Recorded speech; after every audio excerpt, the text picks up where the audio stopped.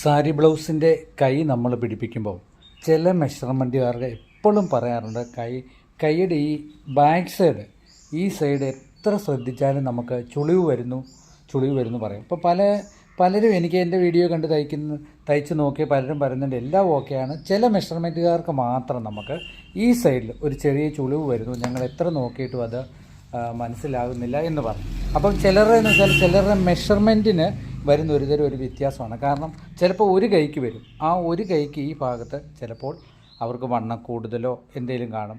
അതുപോലെ തന്നെ എന്ന് വെച്ചാൽ അവർ സാരി ബ്ലൗസ് ഇടുമ്പോൾ സെൻറ്റർ മാറിപ്പോകും. കാരണം തന്നെ കാര്യം സാരി ബ്ലൗസ് ഇടുമ്പോൾ ഈ സൈഡ് സെൻറ്റർ ഇല്ലേ, അവരിട്ട് കഴിഞ്ഞ് സൈഡിലോട്ട് തെന്നിപ്പോകും. അങ്ങനെയുള്ള മെഷർമെൻറ്റുകാർക്ക് ഏറ്റവും കൂടുതൽ ശ്രദ്ധിക്കേണ്ട ഞാൻ ചെയ്ത് കാണിക്കാം. നമ്മളിങ്ങനെ അവർ കയറ്റി ഇടുമ്പോൾ ഇങ്ങനെ അവർ കൈ ഇങ്ങനെ ഇടുന്നു. കൈ ഇട്ട് കഴിയുമ്പോൾ അവർക്ക് ഈ കൈയുടെ സെൻറ്ററിൽ ഈ സെൻറ്റർ അവർക്കിങ്ങനെ പിരിഞ്ഞു പോകും. ഈ സൈഡിലോട്ട് ഇങ്ങനെ പിരിഞ്ഞു പോകും. ഈ പിരിഞ്ഞു പോകുമ്പോഴാണ് ഇവിടെ ഇങ്ങനെ പിരിഞ്ഞ് ഇപ്പോൾ കൈയുടെ നമ്മുടെ ഈ കഷത്തിൻ്റെ ഇവിടുന്ന് സെൻറ്റർ ഇങ്ങനെ ഇരുന്നാലും നമ്മുടെ കൈക്ക് കൊടുക്കുന്ന ജോയിൻ്റ് അവർക്ക് ഈ ബാക്ക് സൈഡിലോട്ട് ഇല്ലെങ്കിൽ ഫ്രണ്ട് സൈഡിലോട്ട് ഇങ്ങനെ കറങ്ങിപ്പോകും. ഈ കറങ്ങിപ്പോകുമ്പോഴാണ് ഈ ഒരു ചുളിവാണ് നമുക്ക് ഈ ഭാഗത്ത് വരുന്നത്.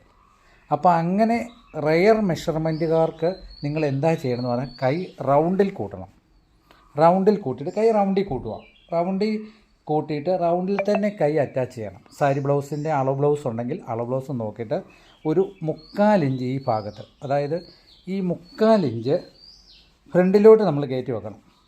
ഫ്രണ്ട് സൈഡിലോട്ട് ഈ ജോയിൻറ്റിൽ നിന്നും 3/4 ഇഞ്ച് കയറ്റി വെക്കണം. കയറ്റി വെച്ചിട്ട് നമ്മൾ കൈ അറ്റാച്ച് ചെയ്യണം.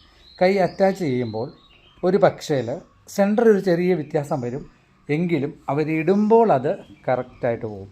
അപ്പോൾ എന്താ ചെയ്യണമെന്ന് പറഞ്ഞാൽ കൈ റൗണ്ടിൽ തന്നെ കൂട്ടണം. റൗണ്ടിൽ തന്നെ കൂട്ടിയിട്ട് 1/2 ഇഞ്ച് സെൻറ്റർ മാറ്റി വെച്ച് അറ്റാച്ച് ചെയ്യുക. അറ്റാച്ച് ചെയ്ത് കഴിയുമ്പോൾ ഒരു കാരണവശാലും അവരിട്ട് കഴിയുമ്പോൾ ഈ സെൻറ്റർ ബാക്ക് സൈഡിലോട്ടോ ഫ്രണ്ട് സൈഡിലോട്ടോ മാറിയത്തില്ല. അപ്പോൾ അത് ഈസി ആയിട്ട് നമുക്ക് ചെയ്യാൻ പറ്റും.